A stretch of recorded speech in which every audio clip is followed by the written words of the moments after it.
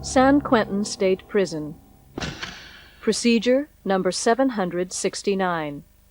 The witnesses to an execution. Types of witnesses. A. State witnesses. State witnesses will not have their names made public. B. VIP witnesses. VIP witnesses will not have their names made public. C.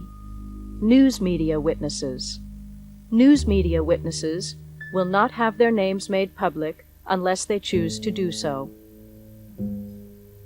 The distribution of those present shall be as follows. Attorney General, 1. Staff, 5. Assistant Director of Communications, 1. State witnesses, 12 plus 3 alternates. VIP witnesses and observers, 6. News media witnesses, 15, including a public information officer. Witnesses requested by inmate, 5. Spiritual advisors, 2. A total of 50 witnesses.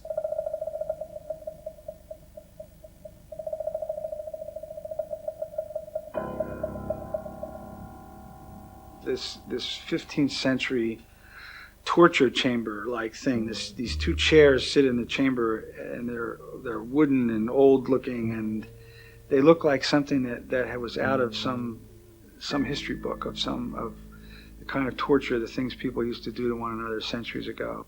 You're seeing somebody's body go through very ugly and obviously tremendously painful moments. You know, I knew that in 4 seconds I would have 900 parts per million of hydrocyanic gas when it only takes 300 parts per million to make it fatal and irreversible. For 3 or 4 days, I couldn't even talk about it.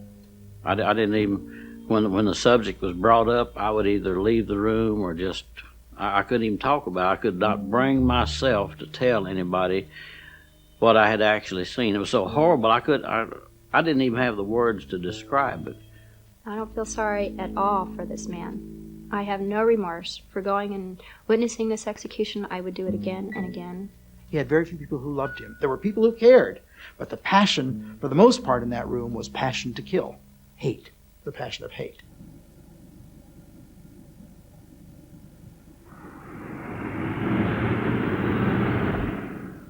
July 5th, 1978, a hot summer morning. Robert and Daniel Harris had decided to rob a bank. They went looking for a getaway car.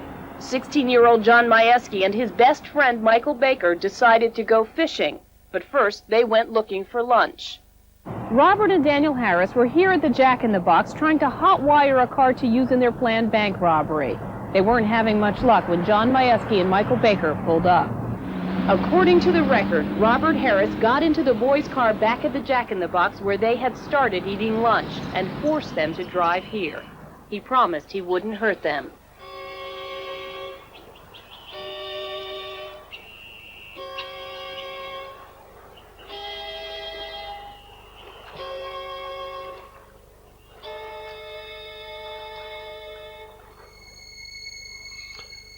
It was July 5th, 1978. I was a patrol policeman in San Diego and got a radio call that a witness had followed the bank robbers to their home. And so I and about half a dozen other officers surrounded their home. They called for backup. A SWAT team arrived. One of the officers was Steve Baker, Michael's father. We were there for probably 10 or 15 minutes when Harris walked out. He didn't know we were outside, and I don't know why he walked out, but he came out, and I was standing probably 6 feet away from him with a 12-gauge shotgun, and arrested him, and my partner put handcuffs on him and took him away. Used their car to rob a bank. After his capture bragged that he had eaten the rest of the boys' hamburgers after he shot them. A San Diego detective who was in on the... Well, that was the end of the shift, so we went back to the station, turned our cars in for the next shift, and changed our clothes, and I went home. And I was home for probably an hour, maybe an hour and a half, when somebody from the police department knocked on my door and told me that the man we had just arrested had murdered my son and his friend John.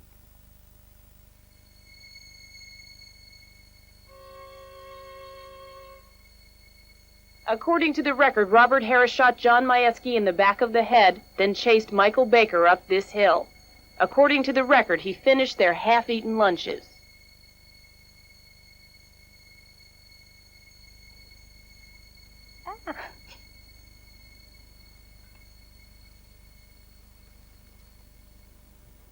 Sam, do you want to hold that?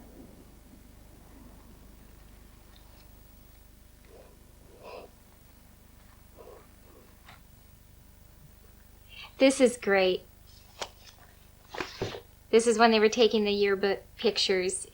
You can't really tell from here, but he was so tall. He was 6'2" when he was 16 years old. Tall and lanky.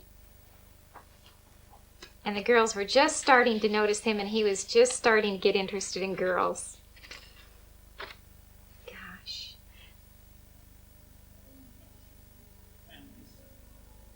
Oh, Jesus, that's our prayer. That's our prayer. Hallelujah, Lord. We just give ourselves afresh to that, Jesus. Oh, yes, Lord, amen, Jesus. We want to see Jesus.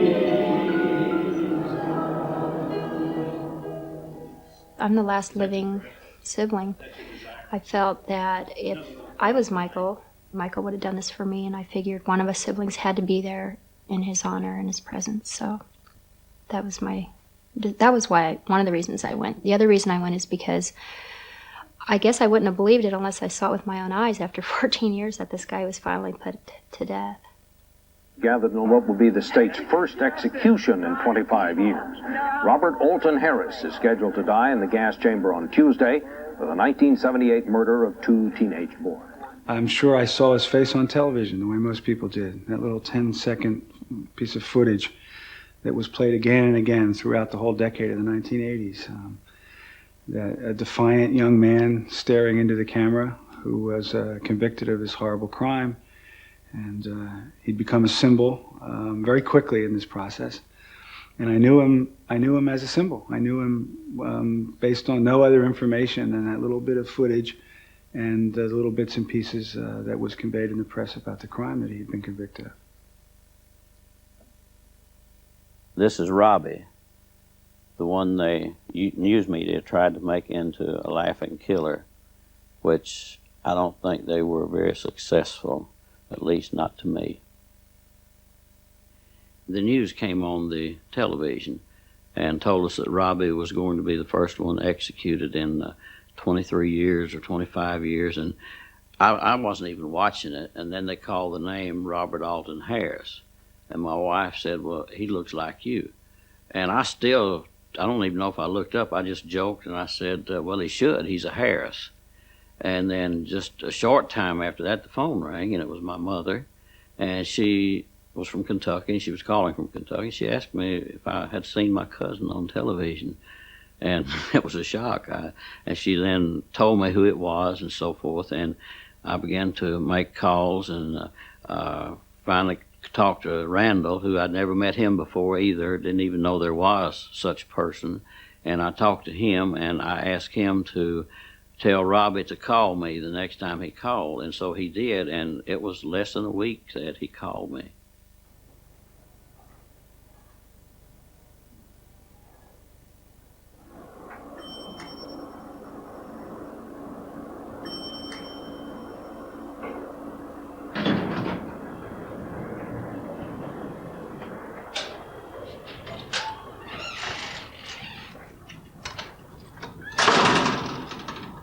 The Telling. Chapter 1. My name is Randall Lee Harris. My occupation, I am a licensed psychiatric security specialist. Yeah, I know. I work for the system. I have for the past 15 years. My brother was Robert Alton Harris, the laughing killer. I spent most of his last days alive with him. This story is about those last days and how I viewed his death, or to be correct, his execution. It's about the crime he will die for, his trial and his appeals. It's about how he grew up. I know. I was there. In the early 1960s, Kenneth Harris Sr. brought his family to the San Joaquin Valley. They came to work in the fields, and they settled here in the farming community of Visalia. Even though it's been 30 years, people at the Linnell Farm labor camp can still remember the Harris family. That's because old records show the Harrises were evicted from the camp at least 2 times. Kenneth Harris was a violent alcoholic with a reputation for beating his wife and 9 children. This is my brother, and I loved him. we were real close growing up because I was his protector. Because once the parents of our friends found out that my father was in prison for molesting my sisters, we'd be separated from them as if we had leprosy or something, because they didn't want us to take and associate with their kids. So the bond between me and Robbie just formed larger. We were together a lot until the end. The first time he called me on the phone, he told me who he was and everything, and we talked. And then after that, every time he'd call, I'd pick up the phone, and his first word was, "Hey, man," and I just knew that voice. I can still hear it. I can close my eyes right now, and I can hear that voice. I mean, "Hey, man," and he was always up. He was always up. Every time he talked, he was always up.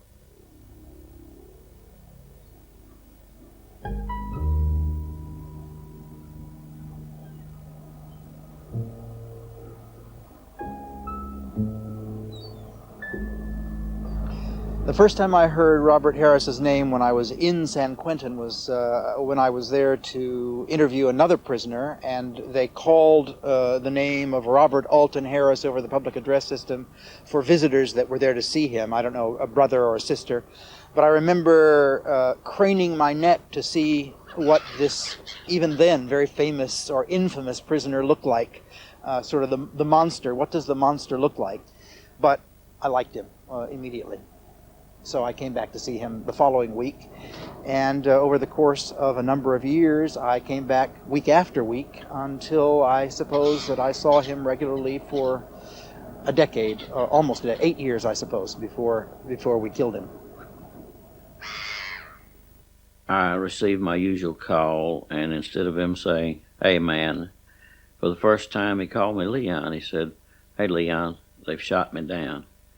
And I didn't know what he was talking about. I said, "What do you mean?" He said, "Well, they have set the date for my execution." And I asked him when it was, and he said it'll be April the 21st. And I didn't know what to say. I didn't know. I mean, how do you answer a guy that you've really become so close to, somebody you really learn to love, and all at once he tells you they're going to kill me and gives you the date that they're going to do it. And so my mind began to think again, and I told him, I said, "Well, I've already written to the warden and at San Quentin and have permission to visit you. So as soon as I can get tickets, I'll come out and visit you." And he said, "No, there's something else I want you to do." And when he said that, the cold chills went down my back because I knew what he was going to ask. And I said, "What's that?" He said, I want you to witness my execution." And I didn't even think. I just said, "Yes, I'll be happy to. I'll do whatever you want."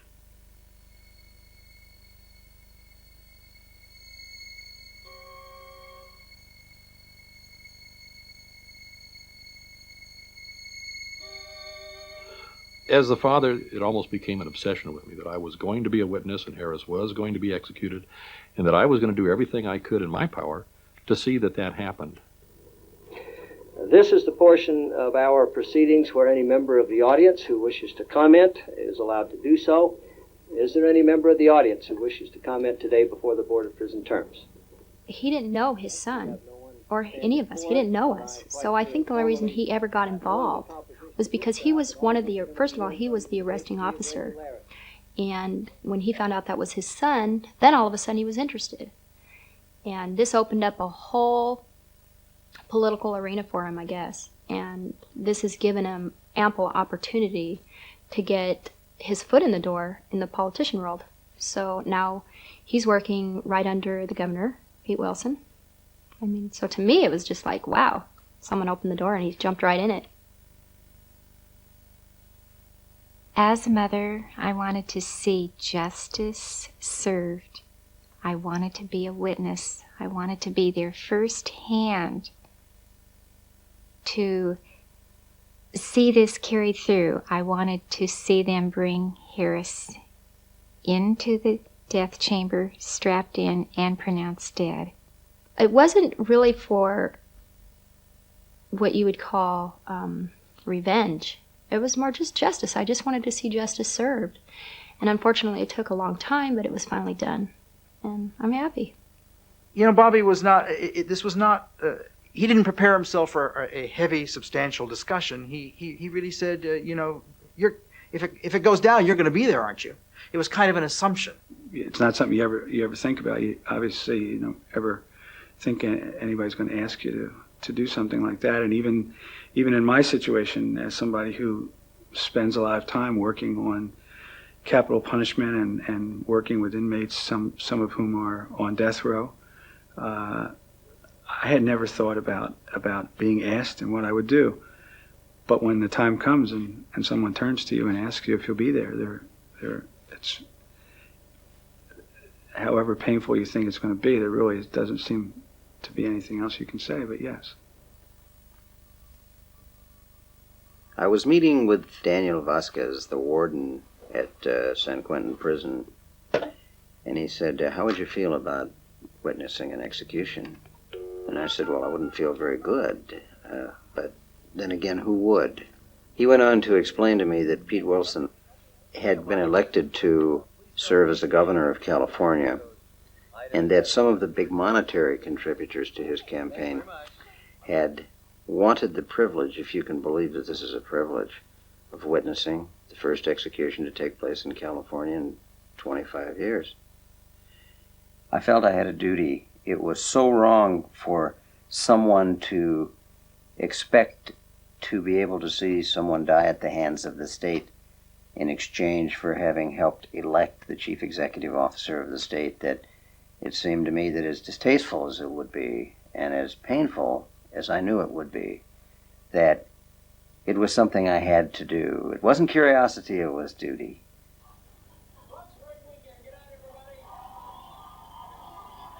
The early morning breeze from the open window has cooled off the sheets. Now they are cold.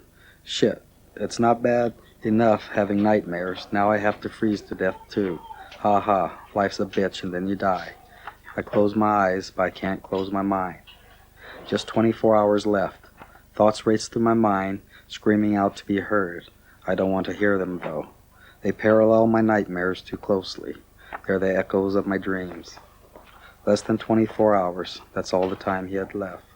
At 1 minute past 12, he's scheduled to die. My God, that's tomorrow.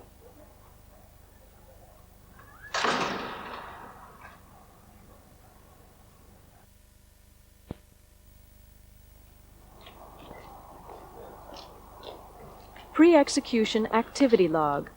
Robert Alton Harris, B-66883, April 20th, 1992, 8:30 a.m. Cell searched for contraband. No contraband found. 8:35 a.m. Mattress and pillow x-rayed in the adjustment center. 9:40 a.m. Body bag inspected and prepared. The correctional agency asked me to be a witness, primarily because of my involvement as chief of police in San Diego at the time of the killings taking place. I believe in the death penalty. I think there are certain crimes that are so heinous that the only just punishment is death. And I think if you viciously and maliciously kill someone else, you should not live.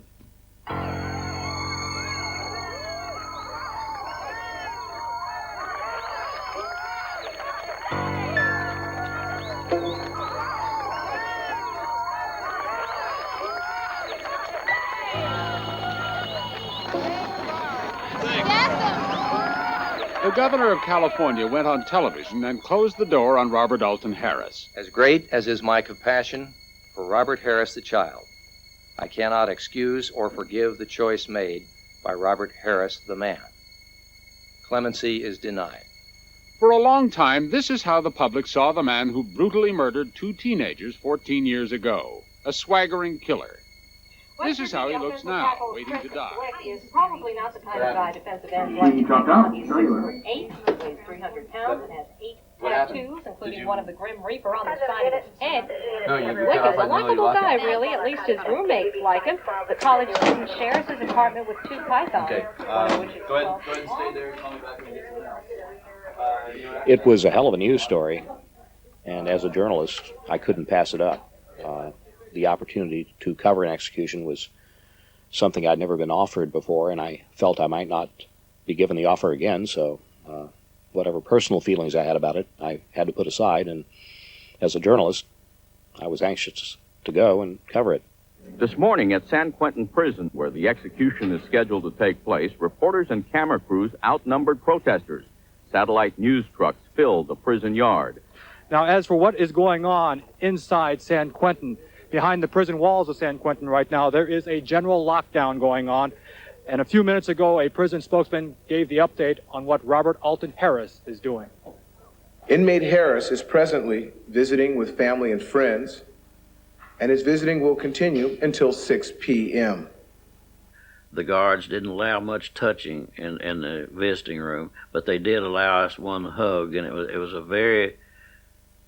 It still moves me right now when I think about how it felt when I hugged him for the first time. He pressed his cheek against my cheek very quickly. That was it. Now, in the visiting room, we kissed goodbye. It became an issue of the guards, by the way. But this was his picture. This was what he wanted his family to see. This was what he wanted, and it was, we had said our intimate goodbyes. We'd already said before this day, this is the last time we're going to be alone together. And I told him I loved him, but he knew that. I wanted to talk to him and say things to him, and I couldn't. And I couldn't just hold it in. So just before the quitting of visiting time, I took my niece and we left and got to hug him just once and tell him I love you, Robbie. And that's the last time I've ever really spoke to him.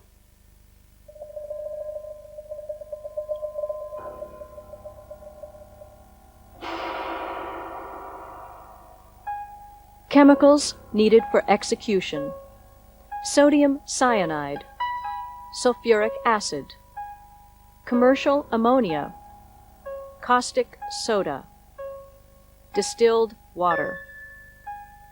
Equipment and materials: a graduate, a glass funnel, rubber gloves, wall clocks, cardiac monitor, a gurney, a pair of scissors, restraint gear, measuring beakers, paper towels, toilet paper. I just asked him, Robert, how's things going? Everything okay? He would tell me, yes, work, everything's fine. Are you talking to your attorney? Yes, I am. And any problems? No, there's not. And how are you doing, Warden? He said to me, and at one point in time, he told me, he says, Warden, when I get where I'm going, I'm going to put in a good word for you. He told me he was trying to bring a little levity to it, And I remembered saying to myself, I don't know where he's going after his life ends, if it ends tonight, but if I think I know where he's going, then I hope he leaves well enough alone. I don't think I want him to put any words in with the devil, so were my thoughts. But I didn't say nothing to him because I didn't want to upset him, I took my niece to the San Francisco airport. We pulled in through the terminal. I took her up all the way up through the gate and saw her off. We were both crying and feeling really bad. She was feeling really bad because she was leaving. And we had tears in our eyes. So it was right at 6 o'clock her plane was departing. So I saw her get on the plane, fly off. So I headed back down to get my car. I thought at the time that I may know where it was. So I'm walking, I go out, I walk up these levels, and I look, and every level is the same. You go up the first level to the second level, the third level, fourth level, and they all have the same colors and pylons colors. So I went and I couldn't find my car. Procedures for processing witnesses. All witnesses need to arrive at the institution's west gate at the time designated by the warden. Parking will be in the designated parking area. All witnesses will be processed through the inspectoscope gate. All witnesses must have a photo ID and a letter, so designating them a witness, signed by the warden. So I'm not really badly upset yet. I have a way to get back to the prison. I'll go rent a car. So I said, oh, that's fine. See, and I was just standing there waiting for the shuttle bus to come by. It was just like a cold rush of water or a slap or something hit me that God, oh, it was horrible. I can't use their rental car because I need the invitation that's in my car. 6:17 p.m. Inmate Harris escorted to holding area. Strip searched. 6:27 p.m. Inmate Harris placed in holding cell. 6:45 p.m. Spiritual advisor Leon Harris enters holding area. 8:19 p.m. Inmate Harris having dinner in holding area. Bucket of Kentucky Fried Chicken, 2 pizzas, 6-pack of sodas, Pepsis, 1 pack of jelly beans, 2 packs of cigarettes, Camels.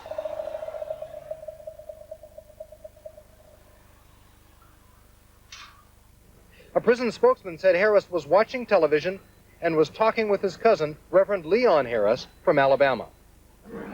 His spiritual advisor he has selected is Reverend Harris. Reverend Harris was brought in and locked in the adjacent death watch cell next to Robert Alton Harris at 6:39 p.m. We had our last meal together. I ate with him. We had our last meal. And I read the Bible to him, and we had prayer. And he paced the floor a lot. He just kind of walked back and forth. There was no bunk in there. They had a mattress in the floor, and it was just rolled up. He rolled it up to make a seat out of it. And when he wanted to sit, when he'd get tired, he would just sit on the rolled up mattress. The warden's wife had this wonderful, wonderful dinner prepared for all the guests that were there that night. And they took very good care of us and provided us with lots of food, and very congenial. We had food everywhere we went. They made sure that we were comfortable. Sweat's pouring down, man. I'm about ready to collapse, and my heart's being, oh no, I'm going to have a heart attack. You know, I stop and, I just look up and say, oh God, why are you doing this? So I know that I don't want to see this, but I have to be there for my brother. I really did. I'm just crying. I could die. I felt, you could just feel the pain and the feel of that. I'm going to let him down. The other official witnesses were more a collection of retired peace officers who had what I sort of call the macho talk. They walk the walk and they talk the talk, and they try to impress you with their toughness. To me, that was a very thin veneer. It didn't express any toughness, but rather was a very thinly veiled attempt to cover up weakness. They tell me level 2, tell me level 3. Now this guy tells me level 4 because I've asked myself, can I be on level? No, you can't be there. So this guy tells you're on level 4. So we drive up there. I'm looking at the clock. It's getting late, past 9. Oh no, this is going to be horrible. So we pull up, look, and right there's the car. Live, this is the 10 o'clock news on Channel 2, the #1 primetime newscast in the country. Good evening. I'm Elaine Corral. And I'm Dennis Richmond. Robert Alton Harris is at this moment in a death cell watch a few feet away from San Quentin's gas chamber. But less than 2 hours before his scheduled 12:01 execution time, it's still not certain if California will carry out its first execution in a quarter century. About 3 hours ago, death penalty opponents outside San Quentin heard the news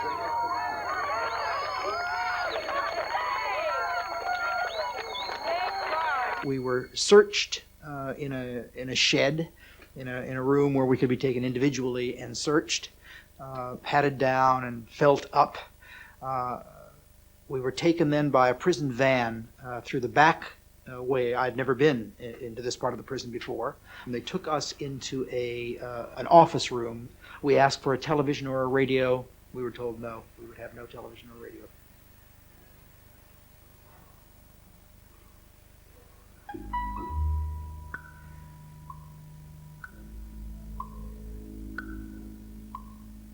We were uncomfortable talking to each other at first because the guards were there. We didn't know them. The guards were all strangers to us.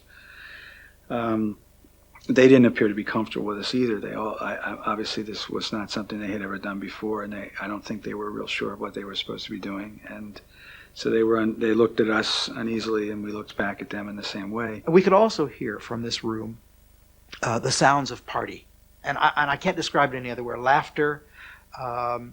We had seen a truck, what do you call it, a catering truck, which had delivered food, which I learned later was to the warden's house, where another group of the witnesses, those attached to the victims, and other important people were entertained. But we didn't know that then, but we did know something was going on that was lighthearted. I happened to be sitting across from the guard who was sort of in charge, and the phone rang. It was an old phone, and it had a real loud ring on it.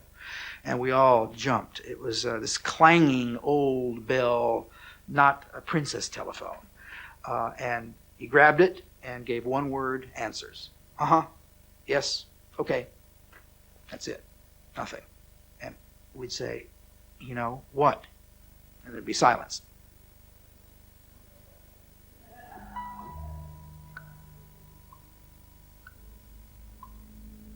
But there was no fear there. There was no fear. It was as if he had accepted what was going to happen.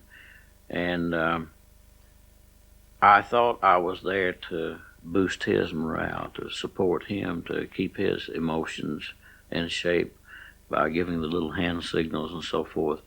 But it wasn't long until the tide kind of turned. He was supporting me, and I think I needed his support as much, maybe more, than he did mine. Coming up to the prison, you can see all the giant video trucks and satellite discs, everything. It looked like a circus or a fair that was going on. Traffic all over, being diverted. So I pull all the way around, and I pull up. And this officer, he comes out, this traffic guard, and he goes, "What do you want?" I said, "I'm a witness." And I could look up at his face, and it just seemed like it changed. He just looks at me, and you could just see like the shock or something that played across his face, and he says, "You are to report up there."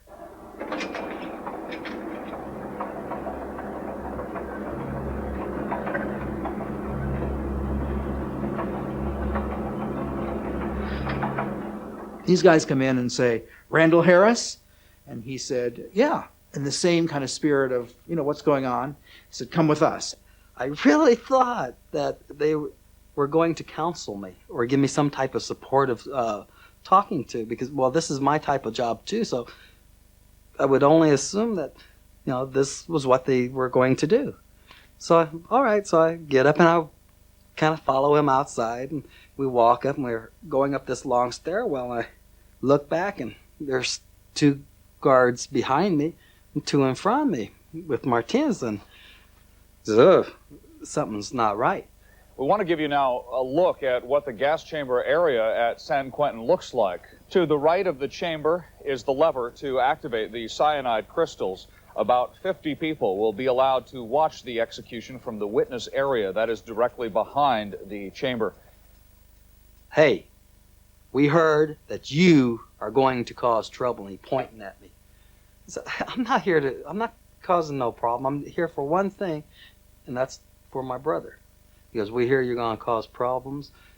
I said, where did you hear this? And he goes, it's a reliable witness. I said, who?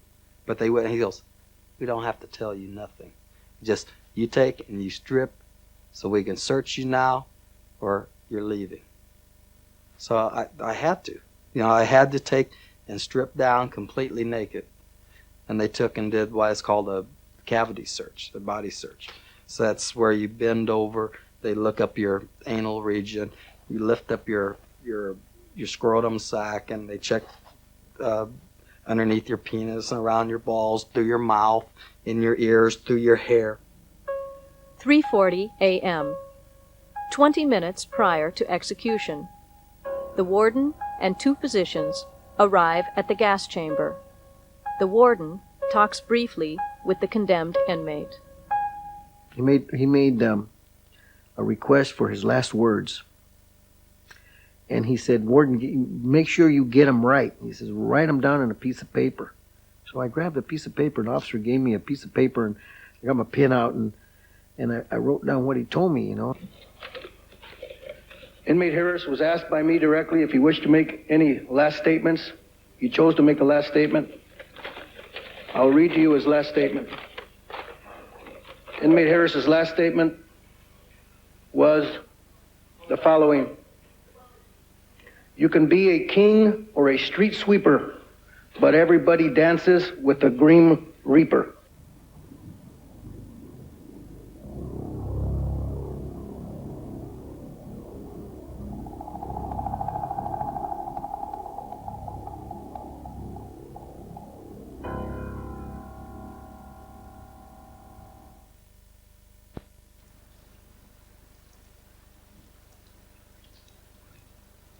The execution was planned for right after midnight, but they kept, the ACLU kept filing appeals, and those appeals, each one of them had to be answered, and consequently this went on just all night long. No one wants to execute an innocent person, but there's got to be some parameters, some rules.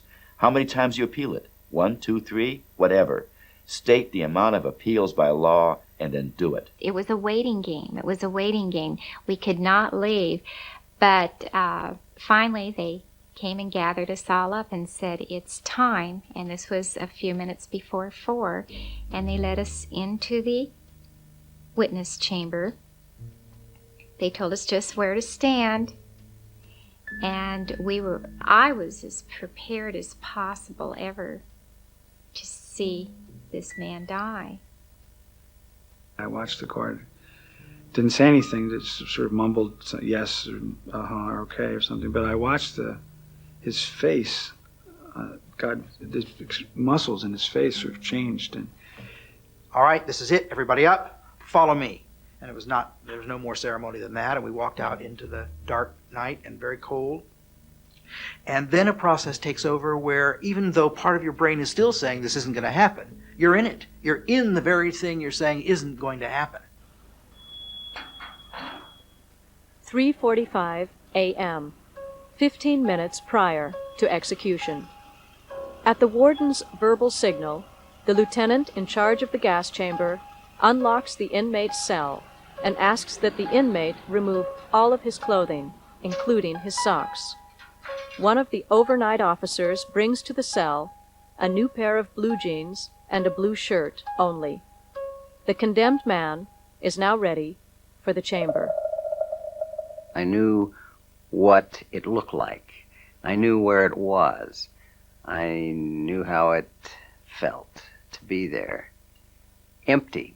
I didn't know how it felt to be there with someone who was going to die.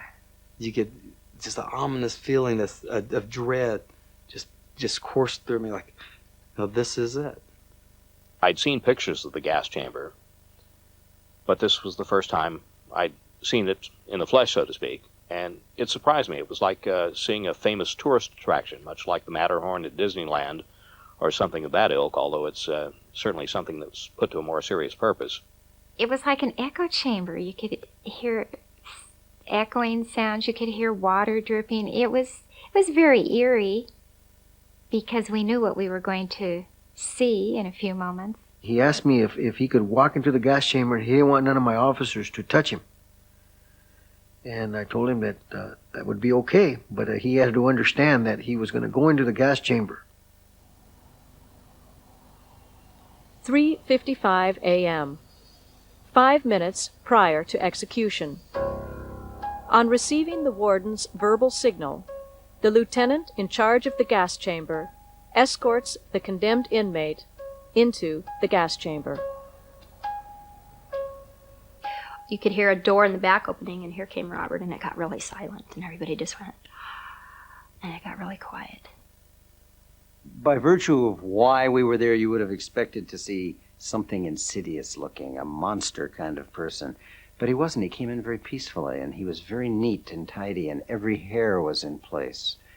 And he looked very peaceful, and he had almost a warm and friendly and consoling attitude towards the guards that escorted him in. He seemed to be conversing with them, and they were talking to him as well. It seemed to be perfectly, almost friendly, and it made it even more bizarre. Well, he came in and he had that smirky smile. The guards brought him in. 2 strapped him down, and then I believe there was a 3rd guard. He checked everything. And he kind of looked around. He's smiling like he's really cool, and he's showing off, and he's basically bragging, just like he did when he ate their lunch.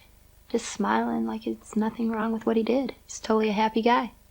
The sneer on his face, the total disregard of authority or authority figures, or that was just, he was just a criminal, and he acted exactly like a criminal acts. It wasn't a smirk. I thought it was an expression that, well, I'm here and I'm at terms with you and I'm willing to get this done. I mean, perhaps he felt that a scowl would be disrespectful. I mean, how do you look when you're about to die in a planned death with 40, 50 people looking at you? I mean, is there an accepted way you're supposed to look? We expected him to be very somber, and he, in fact, was lighthearted, was bantering with his guards, smiling at people outside through the gas chamber glass. He said, "I love you." That's why I think he said. I mouthed that I loved him. I said, "I love you." And they brought him in, sat him down, very, very organized, and they strapped him in, exited. And at that point, it became almost real silent in there. All of a sudden, you could hear the mechanical mechanisms clang, ching. 3:57 a.m. 3 minutes prior to execution. On the warden's verbal signal, the acid solution is released from the mixing bowls into the chamber receptacle. Once the mechanical process starts, there's no stopping it. Of course, I didn't know at what stage. I could just hear these strange... The gas chamber is, I think, exactly what one should imagine it to be, which is half modern law and half middle-age contraption. These things are not new stainless steel. This is an old machine that has been operating since 1941 in California, unchanged. And so it looks like that, and it sounds like that, and it's clunky, and it's clanky, and you hear hissing sounds of water, and you hear all manner of things, and each one chokes you up a little bit. I mean, each one you wonder, is this the one? Is this the one? There he was sitting there on display, and for all these people, there were 50-some people staring at him. He was about to be killed. He couldn't move, and nothing was happening. And he sort of got, I don't know, it sounds strange to say, but it looked to me like he got embarrassed by the whole thing, like something was wrong. He didn't know what to do, and he looked back over his shoulder at least one time to us, and kind of shrugging, like saying, "What's going on? I don't know what's going on." Harris himself looked around as if to say, "What is happening?" And He was mouthing something that I couldn't quite see. He's looking under his legs where the actual gas is supposed to come from and saying, what's going on? I saw him say, pull it, like a toilet. Pull it. And he sat there for, good grief, it seemed like an awful long time. And he sat there and sat there. And then time just kept going, and for quite a while he was sitting there. And Dan Lundgren was saying, this is just taking too long. Still nothing. The reporters are beginning to get sort of journalistically curious. What time is it? You know, you see them and they write things down. You know, I could see that man sitting in that gas chamber, and I couldn't get to him right away, and he didn't know what was going on. He didn't know what was happening. You know, he didn't know why he was still alive.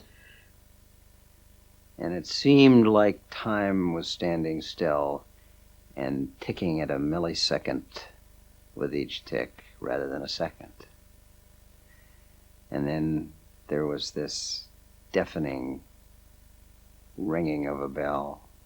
A phone rang. You could hear very distinctly. You could hear the ringing of a phone. And somebody in the witness group, I think it came from the middle of the group, said, "Oh God," or "Oh my God," something like that.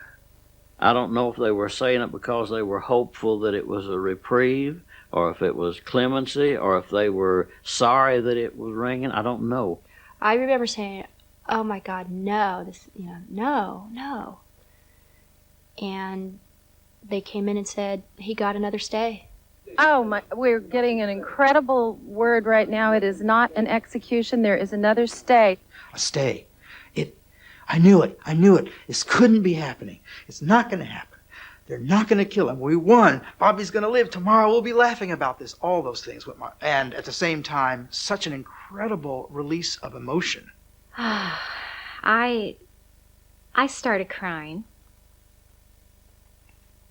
And I couldn't believe it. I was numb. I thought, this isn't happening. This can't possibly be happening. It's like a movie. People were there. They were ready for it to happen. They were ready to have their senses assaulted. They were ready to have this book closed. They were ready to have the words on the page say, "the end." But it was just like you're getting ready and you turn the page and there's another chapter that nobody really knew anything about. Another chapter that was written after the book had ended. Very close, very close. He would not know how close he came. Just a matter of a split second, perhaps.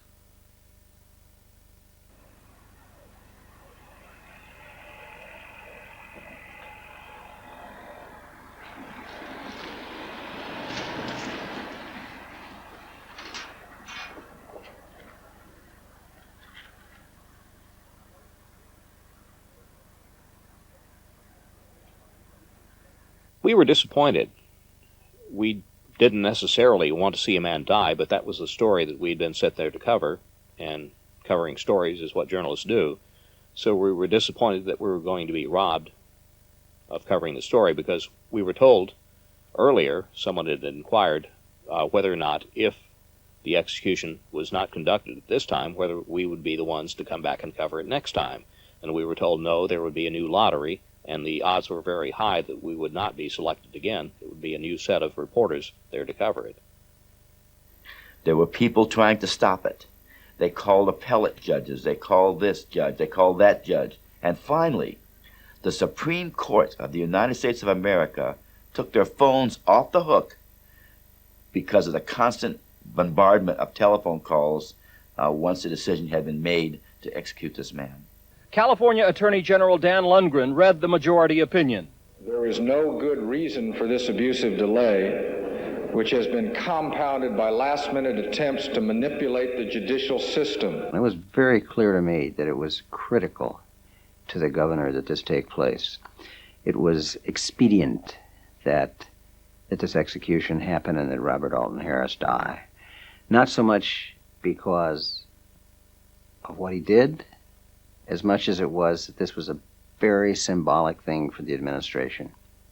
This was a very symbolic political statement. I told him, Robert, I said, we are not going to stand down. We're not going to move you back to death row. We are going to stay right here where we're at. I told him the attorneys are still going to try to lift a stay of execution, so everything is going to remain the same. Do you understand that? And he says, okay, Warden. So then I left. That's when he began to show the strain of being real tired, just exhausted. He began to look real tired, and the last 2 hours he spent a lot of time sitting on that rolled-up mattress. The thing that really stands out in my mind in that last 2 hours, he got cold, and he told them he was cold, and they reached a blanket through the little hole in the bars to him, and I can remember him sitting there and pulling that blanket over his shoulder and sitting on that roll with his head down like that. And that I don't think that if I live to be 100 years old, that picture will never fade away. I can see him sitting with that blanket over his shoulder and his head down.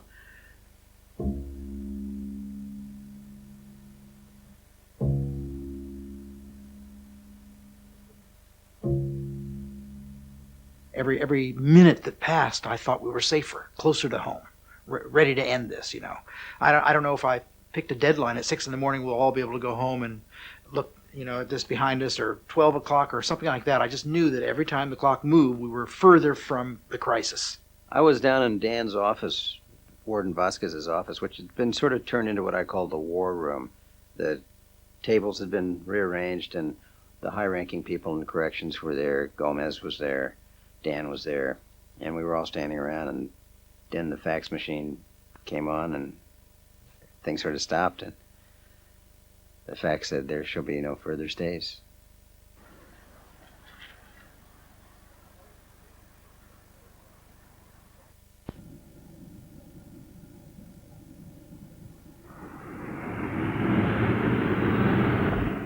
We started the process of preparing for the second execution. Everything started just moving very quickly, very rapidly. And I walked over to the gas chamber, and I went to the death watch cell, and I told Harris that his stay had been lifted and that the execution would proceed. Oh, man, I mean, all hell broke loose, basically. And we were rushed over to the waiting area, jumped in the buses. I mean, literally flew over there. I could have run. I don't know why they made us get in the buses. They searched our shoes, our belt, and I was still, in fact, trying to get one shoe on my foot as I walked across the road in line to the gas chamber.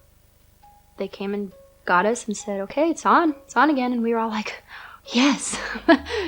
They rushed us right down to the waiting room. We knew exactly what to do then. We knew how to line up. We went right in, and they did not waste any time. This was about 5 to 6 we went in. This one was not going to be stopped. I mean, for them to go through the process again, they were not, the legal system, the state would not permit itself to be embarrassed twice. Once was enough. And we walked out. I remember Randy saying, don't walk so fast, whispering to me, don't walk so fast, as if slowing down your pace could hold back the dark. They seemed like they just wanted to make sure that phone couldn't ring again. They were just trying to do everything so hurriedly. And they grabbed me, and just as I started out the door, he said, I'll see you in the morning, man. And, of course, we both knew what that meant. He was talking about the dawning not of the next sunshine, the next sunrise, but the morning when we were in heaven together. That's what he was talking about. As we're pushed in, as the last of us, which is us, the family, are pushed in, the prison spokesman, Vernell Crittenden, who was standing right by the chamber door, who was to be sort of the last person sweeping us in, went like this to the guards behind. It was sort of a football. Our team has just scored. We won. We got it. It's moving. The process is at work.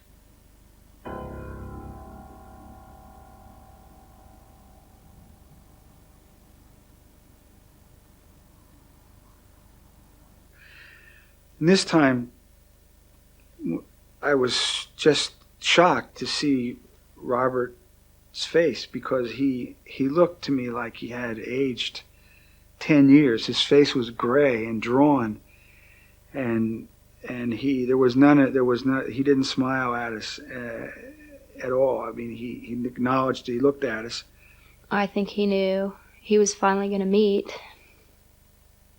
I thought Satan. His father, Satan. He looked more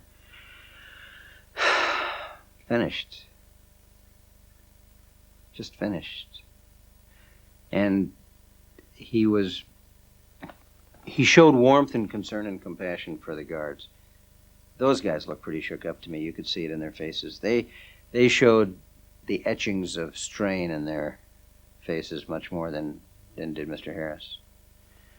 And he sat down and was put into place, and that's when he said, "I'm sorry."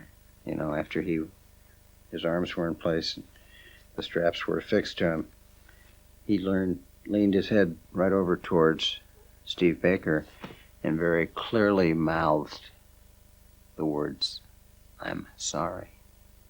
And then Steve kind of just nodded his head. Like, too late, one of those nods, and... Harris had 14 years to apologize to me, and he never did. He never tried to contact me or the family in any way, shape, or form, and he had plenty of ways of doing that. I mean, I'm not difficult to locate. I'm a member of the San Diego Police Department. Anybody can find me if they want to. But he never did, until the very last minute. And whether he was sincere or not, I have no idea. I mean, he seemed sincere, but I don't know whether he was saying that he was sorry for what he did or if he was sorry because he got caught. I don't know. And it wasn't something I was going to have time to discuss with him, so if I wanted to, which I wouldn't have wanted to anyway. No. There was that one gesture, the gesture of final forgiveness that was made. Maybe that was his stepping aside for the puddle. Maybe that was his form of dignity. Maybe that was his last expression of control.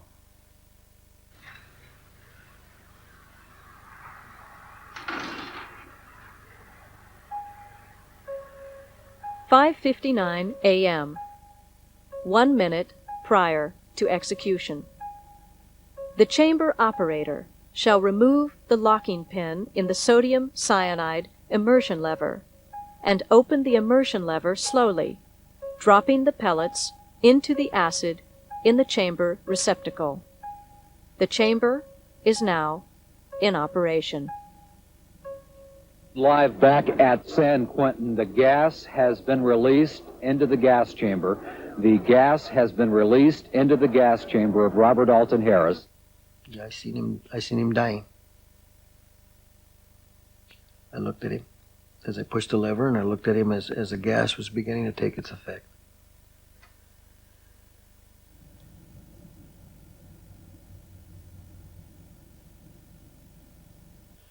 The gas is colorless. You could not see it. And the only way that we knew, in fact, the gas was in there for sure, was that Harris turned his head a little bit to the right, like this, and took two almost snorts. I could see his fists tightening around on the chair, and you could see his arms, the muscles in his arms, tensing, real throbbing, and he took another very deep breath and turned his head a little bit to each side. I saw him take 2 deep breaths. He was like this, and he went. So I knew that the gas had been released. You could see him fighting it. You could see him sitting there, and you could see he fought it. He didn't want to let anybody see him suffer. I didn't hear anything that second time.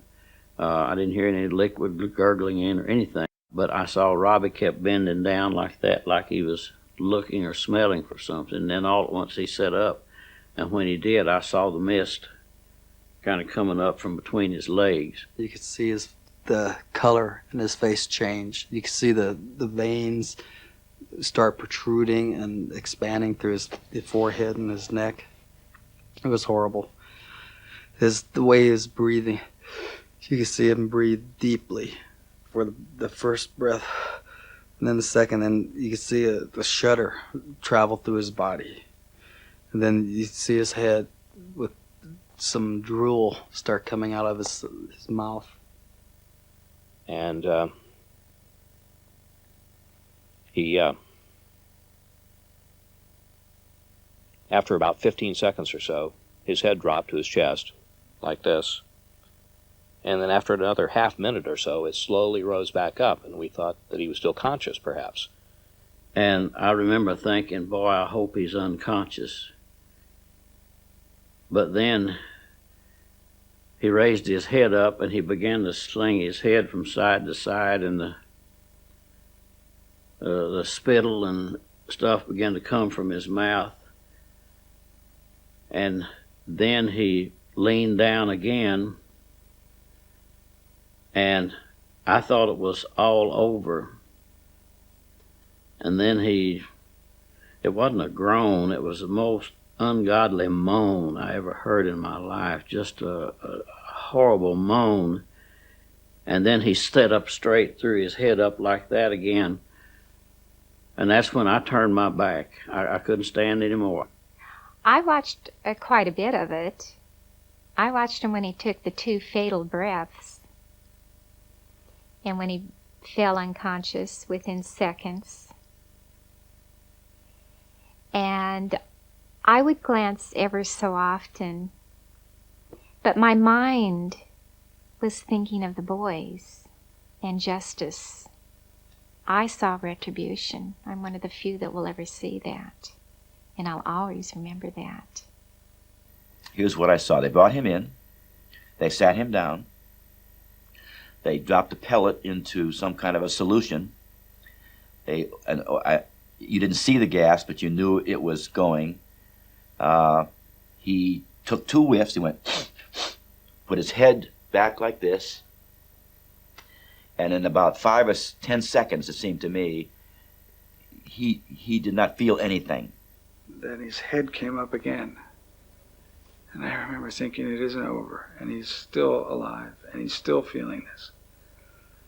And you could still, and I looked at his hands, and you could still see his hands, his arms were tense in pain. And his facial muscles were distorted. He was just turning his head. And that's when the 2 women, Baker's mother asked me, she says, would you hold us?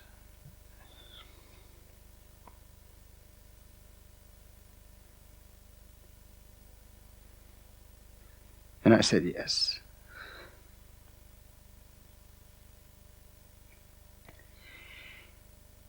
And then they said, let's pray for his soul. And we did. And then it was pretty much over. Things happened more quickly then, and you could see his body reacting to the gas. And you knew it was done. He didn't want to give us the satisfaction of watching him die in pain, so he just sat there and he died. And he struggled a little bit, but not enough for me, unfortunately. I would have liked to see him struggle more for what he did. But he was straining against the straps that were holding him down, and he had balled his hand into a fist. And within 30 seconds of the time they dropped that pill, his hand was completely relaxed, and his chin was on his chest, and he was out cold. It looked like he was falling asleep during a boring meeting. That's what it reminded me of. He did not thrust. He did not do any obscene gestures. He did not yell. He just sat there. You can't imagine what it felt like to stand there in this audience of people and watch this happen to this man. Then I would glance around at the other people, and they would look like they were indifferent to it, like they weren't even witnessing a person dying. That's what it was. It was a person dying. And nobody really seemed to realize that a human being was being killed right in front of their faces. And they were all just standing there observing it. A healthy human being, not somebody dying of a sickness, but being killed. It was horrible, and that's what made me feel worse, because the feeling for everyone in the room, not just for myself, because we're all losing it right then. We're all losing a part of ourselves, a part of, like, maybe call it innocence or whatever, but we lost it when we witnessed that. We lost it.